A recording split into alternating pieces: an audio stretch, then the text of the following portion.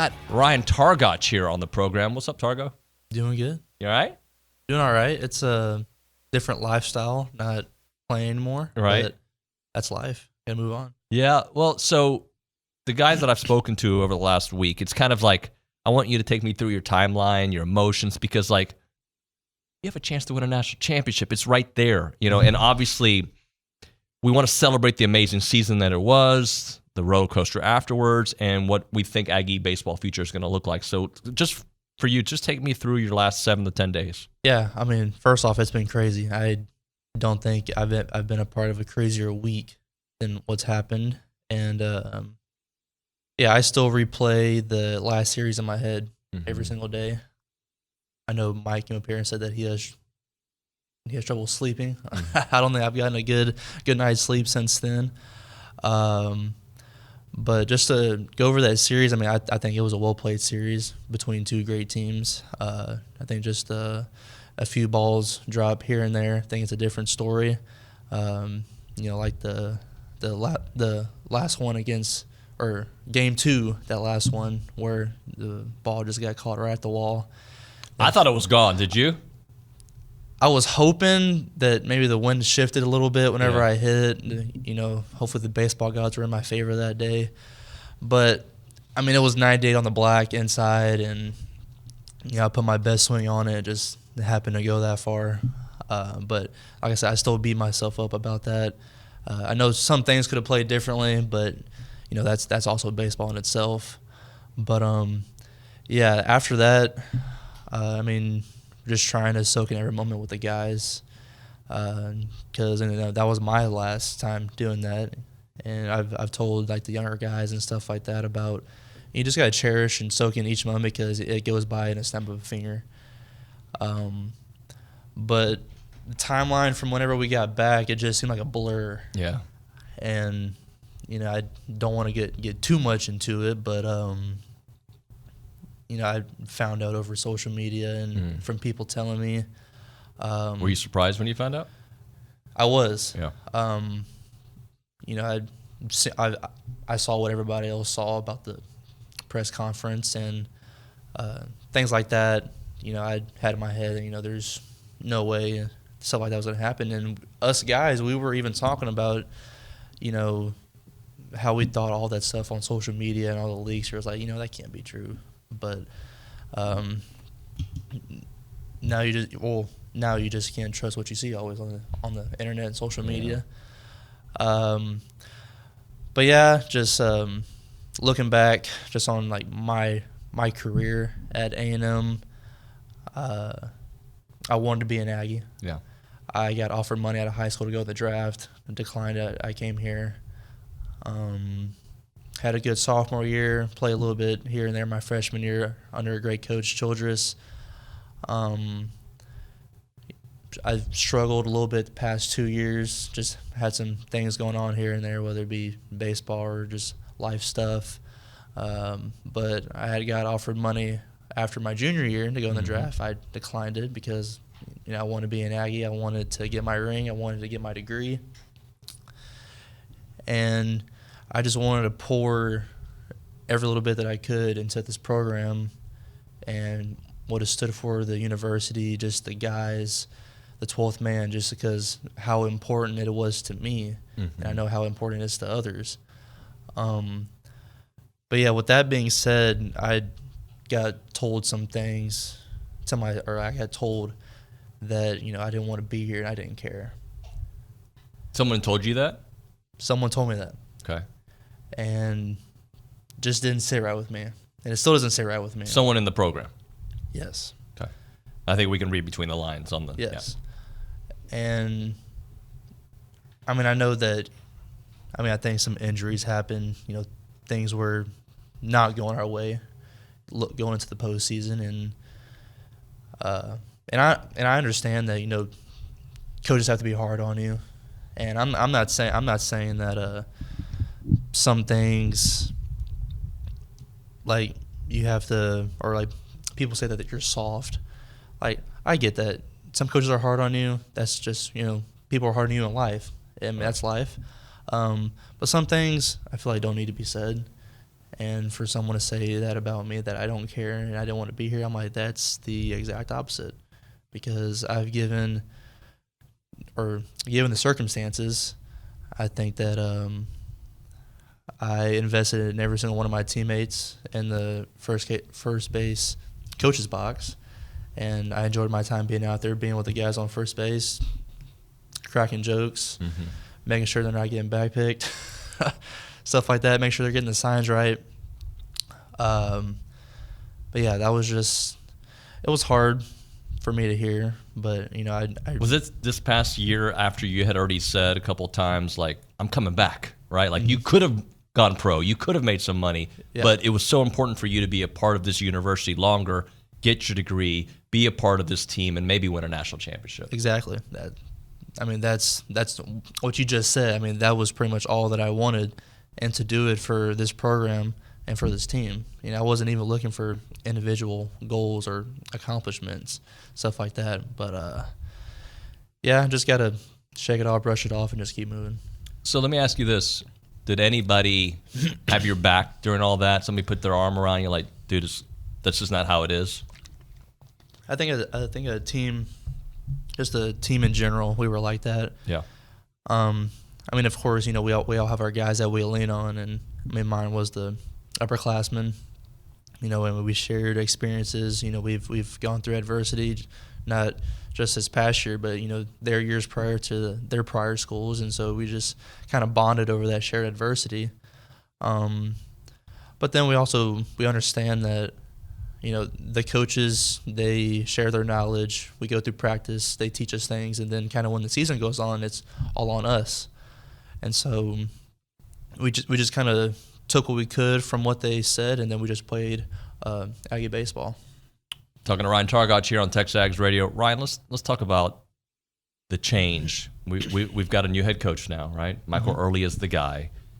And I was telling you before the show, he must have killed his interview because it wasn't just the chatter from the players that would have gotten him this job. So tell me the Michael Early that the kind of personality that he is, the kind of culture you expect him to instill. Yeah, I remember the first day that I met him, and I mean, just from the first handshake, I knew that I was going to like him. I think that, it's important to at least like the coach that you're going to be with for however long you're with your time being in college. But like I was telling you, he's very passionate about things, and you can see it. You can see it in his eyes. You can see it in his body actions. And I'm super excited for him, super proud of him, because I know the decision and the process for him wasn't easy at all. And him and his family are so deserving of it. Really great people. And I think just by the person he is, the type of coach he was, and the coach he is now, and just his morals and values, I think this program just headed in the right direction. So you've gone through this before. Like, you were here the summer where they went from Rob to Jim. And I don't remember how loud the locker room got about what kind of direction A&M goes, but to me it says something about this team being knocking on the door of a national championship and saying, hey, we're not done, and this guy can keep it going. Yeah, I mean, we were 7 outs away from it, from what I remember. And I know 3-4 years ago, whenever that happened, I know we were kind of like in an unknown place. We were making regionals, super regionals. We had a few World Series appearances, but I think there was a gray area. There was an unknown, but I think the direction that we turned it around, and with the hire of Mike, there's no doubt in my head that that we're going to be right back there, or if not, just winning it all. Let's talk a little bit about this year in general. How frustrating was it? Because there are some amazing moments. The Arkansas series comes to mind, right? That was awesome. Yeah. Getting the 12th man, amazing. But I don't think you ever thought about being the first base coach, right? Like, no, that was never a thought. But you embraced it because you loved this. So just kind of take me through like the frustrations of the last couple of years, just with some of your injuries and not playing to the standard that you're used to playing at. Yeah, I'll start off by just saying just embracing it. Just how I kind of go about things is just whatever role that you're in or that I'm in, you just gotta just be the best at it. Like if I'm cheering my guys on from the dugout, I'm gonna be the best cheerleader. Right. If I'm playing second, if I'm playing first, I'm gonna try to be the best second baseman in the country, the best first baseman in the country. And yeah, it was difficult to understand, or it was difficult that I had to go through some things, and injuries was a part of it. I was dealing with a tear in my plantar fascia from my sophomore to junior year and didn't even know it. And it was hard, but I ended up getting that fixed in the fall. But it took out my whole fall pretty much. But I got to be with the guys every day, and that made up for it. And just to see them crack jokes, like I said, I mean, it's a different vibe in the locker room whenever everybody's cracking jokes and stuff like that. But I think what just kind of got me through this year, I mean, I leaned on my faith. I understand that things happen for a reason. I'm a big believer in that. And just got to trust in just God's plan. Because I know I changed my perspective from like the past 3 years, or my first 3 years, to now, and understanding that, life is coming up pretty quick. Yeah. And changing the I have to do things to the get to mentality. And Love that. yeah. And having what's the saying? Something with gratitude. It's going blank right now. But just finding the positive in things. Yeah. With me moving from just the dugout to the first base coach, I got to help my team out in a way that I can do more out there than I would in dugout, whether it be like trying to get signs, trying to just cheer my guys. And then whenever I get in the game, it's, just trying to be the right guy in that moment and just put together a good AB for the team, not trying to worry about the outcome. It's things like that. That's what kind of got me through this year. Well, the way you're speaking, and I've known this about you from other interviews you've done, Bronny's told me, but just I'm hearing things like you seem to be like you really think about the moment, and I think you're being very honest and blunt here. What do you think your future is? Like, do you want to get into coaching? Do you want to still try pro ball? Do you want to go in the workforce? What do you think the next couple of years look like? I think if the opportunity shows itself for pro ball, and whether it be now or down the road, and it's the right one in my opinion, I would love to do that. But I think the best thing for me right now is I have 8 hours left to graduate, and I want to finish school, get my degree. I already have my ring. It's getting ring size right now, so it's kind of weird not having it. I'm going to do that, and I'm going to be around here. So I want to be a part of the program in some kind of way. Yep. I feel like, the program's done so much for me, and this university has done so much for me, that only thing I have to do is just give back to it right now. So whether it be for a short amount of time or for who knows, but I would love to just be a part of the program that's helped me out so much. So the feeling is most of the guys are going to come back. That's the feeling. What's your vibe? What are you hearing? What do you think is going to happen? Yeah, I mean, that's kind of the feeling that I have just talking to some guys on the team, some of the coaches, and I knew why some of the guys told me that, one big piece for them is just to get Mike back. Yeah. And I know that, they're still having to make decisions, big-time decisions, whether it be draft or whether it be what's best for them. And I understand that. Or what I tell guys, I've had some young guys call me, and they're like, what should I do? And I'm like, as much as you want to think about your teammates or some other guys, you have to just look out for yourself. What's best for you, because wherever you go, you have to get an education. I think, and that plays out in the long run more than baseball does, in my opinion, because you're more of a person than you are a baseball player for your life. I've told that to some of the guys, and I told them, when it comes to NIL, I'm like, that's short-term stuff. Don't let that, take you away from what you want to do. And whether it be here, whether it be somewhere else, I know that here that, you're getting a lot more than money. I can tell you that by playing for the best fans, for the best university, and by getting the best education that you can.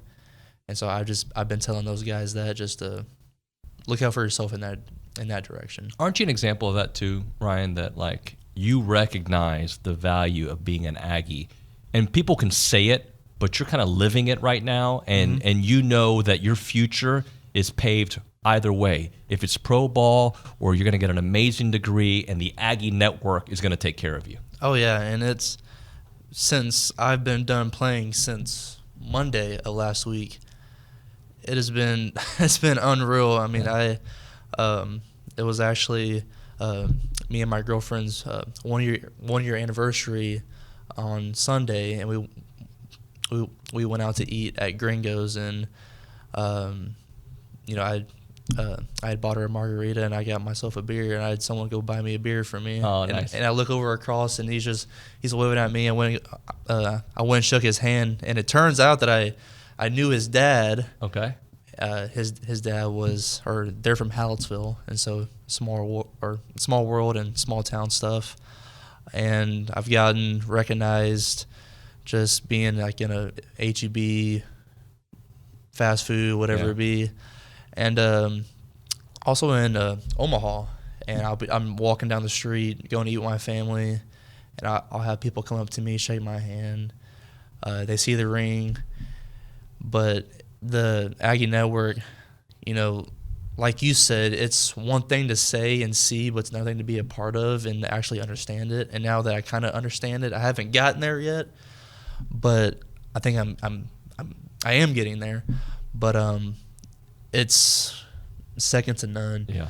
It's unbelievable, the support the 12th man brings and just what this university can offer you. It's unreal. I can't put into words on how important it is to me. So you mentioned not having your ring and feeling weird. I don't have my rings on today either. I took a late shower and I just ran out the door to get to these, and then I feel so weird not having. I know. I do this. I always do this, and now I don't have it. It was just like a half a size too big, and I'm the type of guy where it's like if something's loose and it's like dangling, you play with it a little bit or yeah.